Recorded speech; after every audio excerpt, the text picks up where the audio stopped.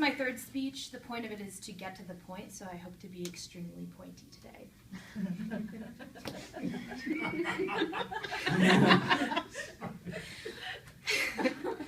Overlooked, not taken seriously, written off as flippant, dumb, ditzy, superficial. That's a reality you often face when you're a teenage girl. When I was 14 and in the throes of adolescence with all its confusing thoughts, teeter-tottering emotions, and awkward bodily changes, a new show debuted on TV. It was about an ordinary teenage girl who is chosen to fight vampires, demons, and the forces of evil, all while navigating the pressures of growing up and surviving high school. Buffy the Vampire Slayer appealed to me immediately. The show picked up after the movie by the same name. Written by Joss Whedon, but taken in a direction far from the creator's vision and turned into a teen movie helmed by 90s heartthrob Luke Perry. This new iteration of Buffy on the WB had been billed as something different, something totally new. The first episode, which premiered on March 10th, 1997, introduced us to Buffy Summers, a new girl at Sunnydale High who transferred in her sophomore year from her high school in LA after getting kicked out for allegedly burning down the gym. Buffy starts her first day determined for a fresh start. She makes fast friends with a brilliant, shy girl named Willow and a dorky, funny regular guy named Xander. She meets the queen bee of the school, Cordelia Chase, who quizzes Buffy on pop culture and fashion. Buffy passes Cordelia's test and is initially taken under the wing of the most popular girl in school. Everything seems to be going well. Then she heads to the library to pick up books for her new classes. And she meets the librarian, Rupert Giles, a staid Englishman played by actor Anthony Stewart Head, whose previous biggest credit was starring in a Folgers coffee commercial. Ms. Summers, Giles says upon meeting the girl, "I know just the book you're looking for." He then drops on the table in front of her a hefty, dusty tome with a single embossed word on the cover, vampire. "That's not what I'm looking for," Buffy says, backing away slowly and before turning and zipping out of the library. Giles you see is a watcher, someone who mentors and trains the Slayer. Buffy, who we soon realize knows exactly what he's talking about, has come to Sunnydale looking to leave her sordid vampire-slaying days behind her. She wants to be a normal girl, but she's the chosen one, the only girl in the world with the strength and power to confront the worst demons of the night.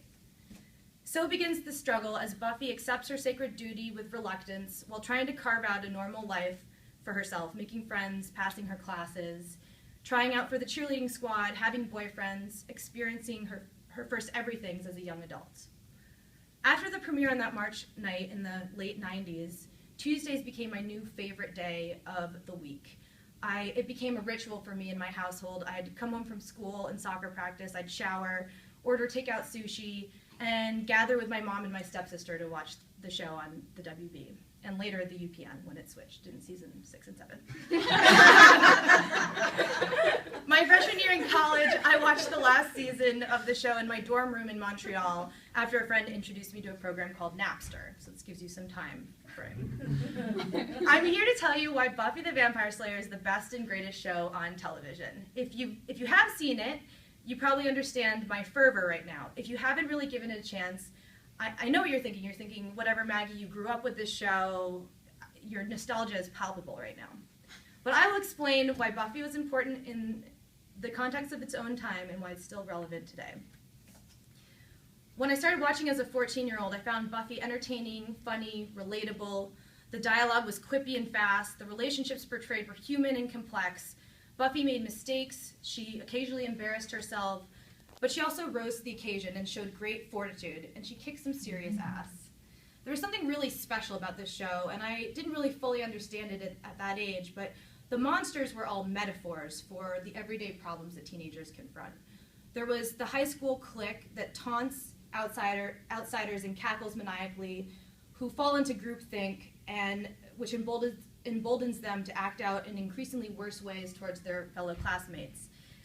Every school has kids like that. In the Buffy universe, it turns out that they were possessed by hyena demons. Witchcraft and the use and abuse of magic in the show is a metaphor for drug experimentation and its consequences. One episode features a girl who's so ignored by her classmates that she literally turns invisible. In a particularly revealing moment, Buffy and Cordelia, who by this time are not on good terms, talk in the girls' room about the invisible girl.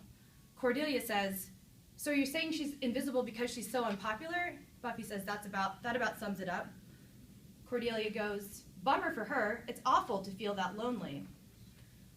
So you've read something about the feeling? Hey, you think I'm never lonely because I'm so cute and popular? I could be surrounded by people and be completely alone. It's not like any of them really know me. I don't even know if they like me half the time. People want to be in a popular zone. Sometimes when I talk, everyone's so busy agreeing with me, they don't hear a word that I say. Buffy replies, "Well, if you feel so alone, then why do you work so hard at being popular?" Cordelia says, "Well, it beats being alone by yourself." Then, of course, there are the vampires.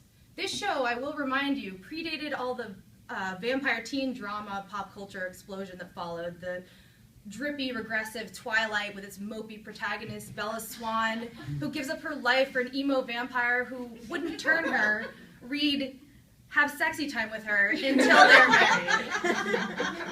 Buffy would not have even wasted an eye roll on Edward Cullen before stating his us. The vampires in Buffy are often the most run-of-the-mill monsters, but they also can be some of its most complex characters. Patrolling the streets of Sunnydale and staking vamps becomes Buffy's nightly chore, one that becomes second nature to her. She dusts vampires as easily as she makes her bed. But some vampires are different. They become symbols for the messy, unwieldy battlefield of love and sex and relationships. The vampires are the forbidden loves, the rebels, the bad guys that every girl knows she shouldn't go for, but she just can't help herself. The show presented teenage problems as palpable monsters that could be confronted. It also fleshed out women's stories in all their complexity. When asked for the umpteenth time by a reporter why he keeps telling stories with strong female characters, Joss Whedon famously responded, "Because you keep asking me that question." We're entering a world now where Katnisses, Wonder Women, Joan Holloways, and Selena Meyers are becoming more the rule than the exception, but I would argue that Buffy, 20 years earlier, helped pave that path. The show was political, too. Its run on TV spanned the time from the end of the Clinton administration through the start of the war in Iraq. As the show progressed through the seasons, its world became ever bigger, the problems ever more complex. One episode actually featured a school shooter, and it had to be shelved for months because of the shootings at Columbine. Joss Whedon made apparent his distaste for guns in pretty direct ways throughout the series. "These things, never helpful," Buffy says to a security guard regarding the gun in his hands that he tries to use unsuccessfully against a demon. The statement could just as well have been a response to the wingnut notion that the only thing that stops a bad guy with a gun is a good guy with a gun.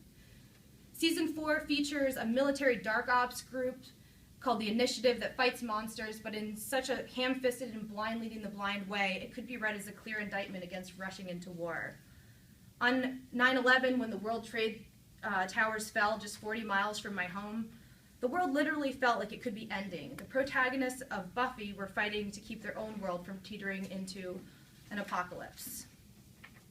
The show reflected cultural anxiety, but offered humanity and escape in a time of great confusion, chaos, and despair.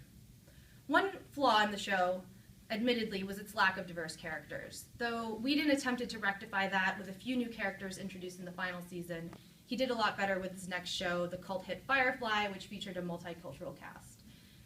At the time Buffy aired, the show was treated by critics much like a teen girl. It was ignored, written off as flippant, teen drama, ditzy, superficial.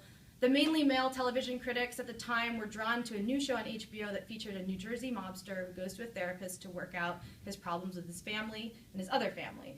Now, don't get me wrong, I love The Sopranos, but what was so confounding is that this masculine, high-budget show was drooled over and racked up critics' awards, while this teen girl show was largely ignored.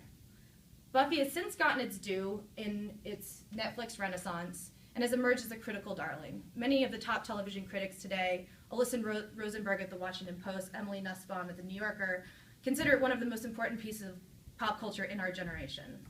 And I return to Buffy all the time.